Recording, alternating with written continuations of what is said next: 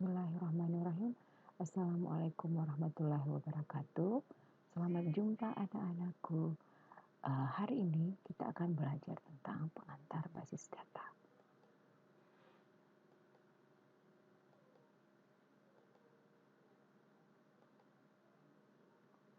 Berikutnya adalah tentang pengenalan basis data. Database dan sistem database menjadi komponen utama dalam kehidupan masyarakat modern kita saat ini. Berbagai aktivitas manusia secara tidak langsung berhubungan dengan database. Contohnya bank. Di bank, pada saat orang mendaftar nasabah, kita akan mendaftar terlebih dahulu. Pada saat mendaftar di bank, biasanya akan diminta KTP. Ini gunanya untuk memasukkan informasi calon nasabah ke database bank tersebut. Berikutnya reservasi. Reservasi biasanya kita reservasi hotel. Apabila kita ingin menginap di hotel, kita melakukan reservasi. Begitu juga pada saat reservasi, biasanya yang diminta adalah KTP untuk tanda pengenalnya. Berikutnya di perpustakaan. Perpustakaan tentunya akan terjadi suatu transaksi perpustakaan antara yang meminjam buku di perpustakaan dan petugas perpustakaan. Berikutnya yang terakhir adalah supermarket. Di supermarket akan banyak terjadi proses basis data. Contohnya pada saat petugas supermarket men-scan barcode dan akan muncul harga dari barang yang kita beli tersebut. Itu sudah masuk ke dalam database supermarket. Secara tradisional, gambar ini merupakan yang gambar pertama adalah orang-orang yang sedang melakukan transaksi di suatu bank, tapi mereka masih antri. Berikutnya, antri di teller untuk melakukan sesuatu atau transaksi di bank. Berikutnya slip-slip yang di bank, misalnya slip penarikan, slip transfer. Ya. Berikutnya ini perpustakaan. Di perpustakaan ini banyak buku. Contoh-contoh tersebut adalah contoh interaksi. Dia masih menggunakan aplikasi database tradisional, di mana hampir semua informasi yang disimpan dan diakses berupa data teks maupun numerik. Jadi contohnya dia masih berupa teks dan masih berupa nomor-nomor apabila menginputnya. Gambar pertama ini adalah lemari. Di dalam lemari ini akan tersimpan buku-buku atau file-file. Di buku ini akan tersedia informasi-informasi yang akan kita dapat. Berikutnya, zaman dahulu kalau pada saat kita masih menggunakan telepon rumah, ada buku telepon yang biasa disebut dengan yellow page. Buku telepon ini kenapa dikatakan yellow page? Karena buku teleponnya warna kuning dan kita mencarinya dengan memakai jari, mencari nomor telepon dengan menggunakan jari. Gambar berikutnya adalah menuliskan nomor telepon teman atau kontak seseorang dengan menggunakan alamat dan buku telepon.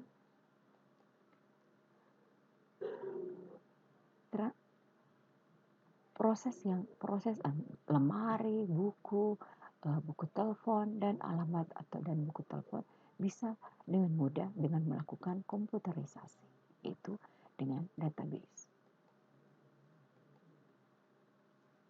Dengan menggunakan database modern seperti dengan menggunakan aplikasi rumah bayar,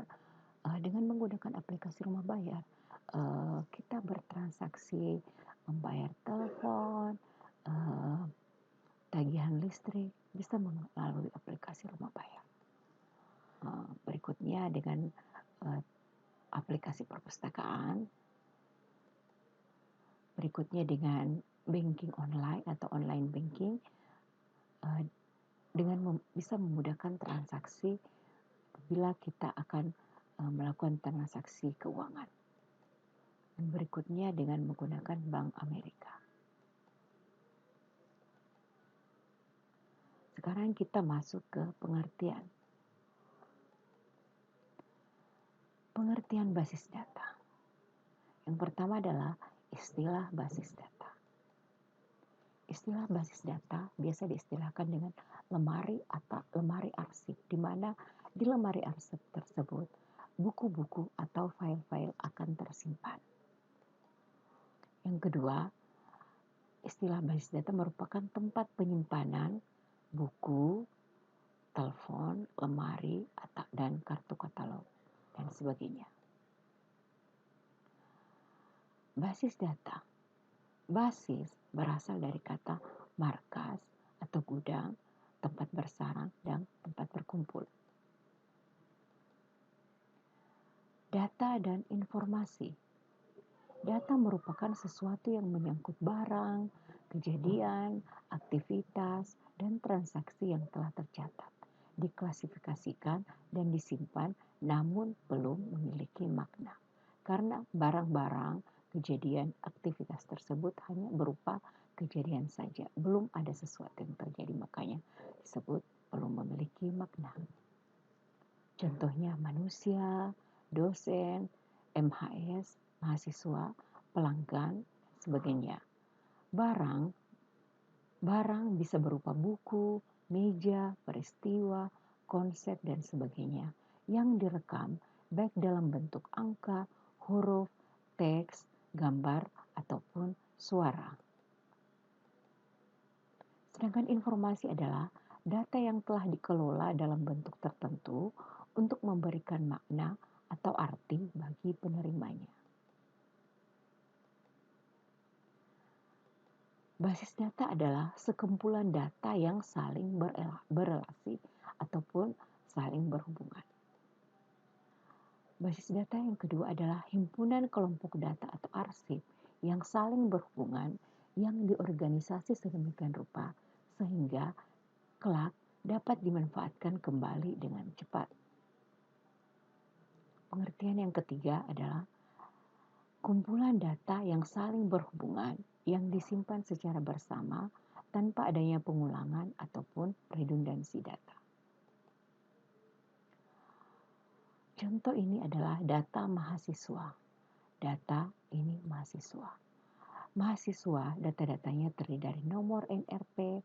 NRP biasanya registrasi. Berikutnya nama mahasiswa, alamat tempat mahasiswa tersebut, misalnya Jalan Kucing, Jalan Kijang, fakultas yang ditempati mahasiswa tersebut, misalnya fakultas teknik, informatika, dan sebagainya. Mata kuliah, pelajaran ataupun mata kuliah yang diampu ataupun yang diambil oleh mahasiswa tersebut. Pengertian basis data berikutnya adalah kumpulan file, tabel, arsip yang saling berhubungan yang disimpan dalam media penyimpanan elektronik.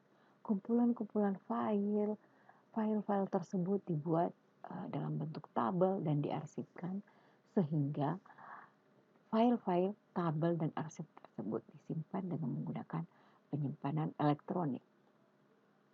Tapi tidak semua bentuk penyimpanan data secara elektronis dapat disebut sistem basis data karena yang diutamakan adalah pengaturan, pemilahan, pengelompokan, atau pengorganisasian data yang akan kita simpan sesuai fungsi dan jenisnya. Lemari arsip. Gambar dalam lemari arsip ini dia akan berupa file-file. File-file tersebut akan dibuat sebagai dokumen. Simbol ini adalah simbol dokumen.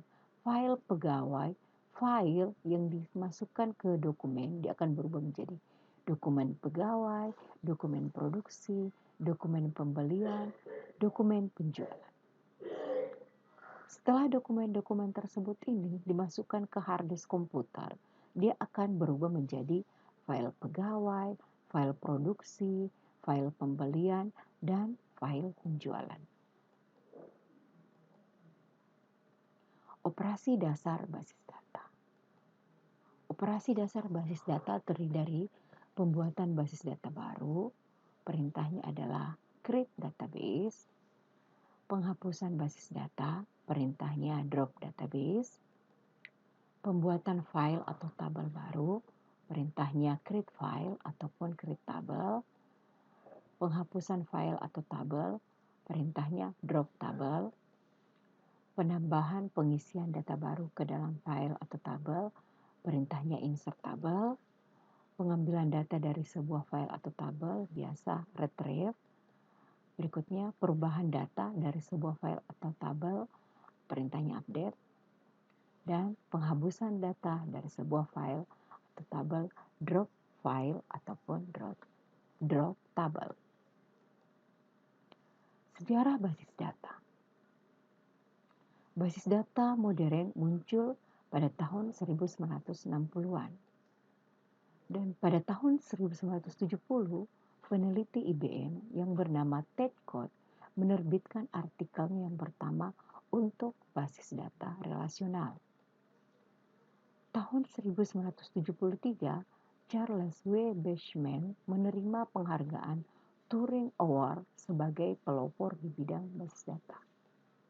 Dan pada tahun 1980, sistem basis data yang pertama yang dibangun dengan standar SQL atau Structured Query Language. Tujuan atau objektif basis data. Yang pertama, data dan informasi sebagai sebuah aset penting perusahaan atau organisasi. Karena tanpa adanya data, perusahaan atau organisasi tersebut tidak akan berjalan dan data tersebut akan menghasilkan informasi. Tujuan yang kedua, kemudahan dan kecepatan dalam pengambilan data. Dengan menggunakan database, kita akan mudah dan cepat dalam pengambilan data. Tujuan yang ketiga, efisiensi ruang penyimpanan atau space.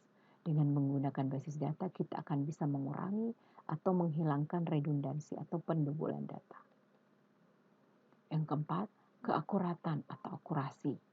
Dengan pembentukan kode dan relasi antar data berdasar aturan, batasan atau constraint, tipe data, domain data, keunikan data untuk menekan ketidakakuratan saat entry atau penyimpanan data.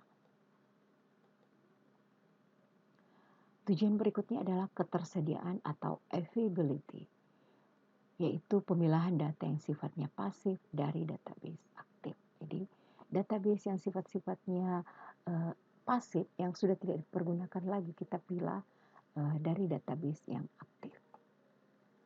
Berikutnya, kelengkapan atau completeness. Kompleksnya data yang menyebabkan perubahan struktur database. Berikutnya, keamanan atau security. Dengan menggunakan basis data, kita akan memberikan keamanan atas hak akses data yang diperlukan. Kebersamaan atau pemakaian, shareability, basis data dia akan bersifat multi-user karena kita bisa sharing. Pengguna database. Pengguna database biasa disebut aktor on the scene, lebih cenderung menggunakan atau ada keterkaitan penggunaan database yang terdiri dari database administrator, database designer, end user, sistem analis dan application programmer atau software engineering. Yang pertama adalah pengguna database atau database administrator. Database administrator adalah orang yang memiliki tanggung jawab penuh dalam manajemen database, utamanya dalam pengaturan hak akses, koordinasi dan monitoring, kebutuhan hardware ataupun software. Dalam pekerjaannya biasanya dibantu oleh staf admin. Jadi database administrator dia harus dibantu oleh staf admin untuk kelancaran proses database. Yang kedua adalah database designer.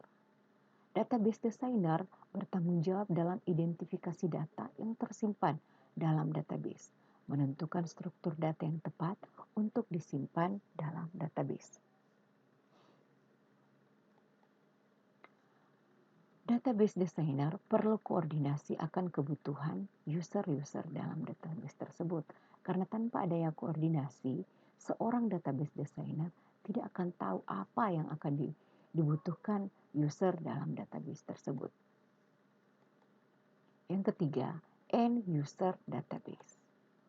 End user database adalah orang-orang yang pekerjaannya membutuhkan akses ke database untuk melakukan query, update, maupun generate report database. End user dapat dikategorikan.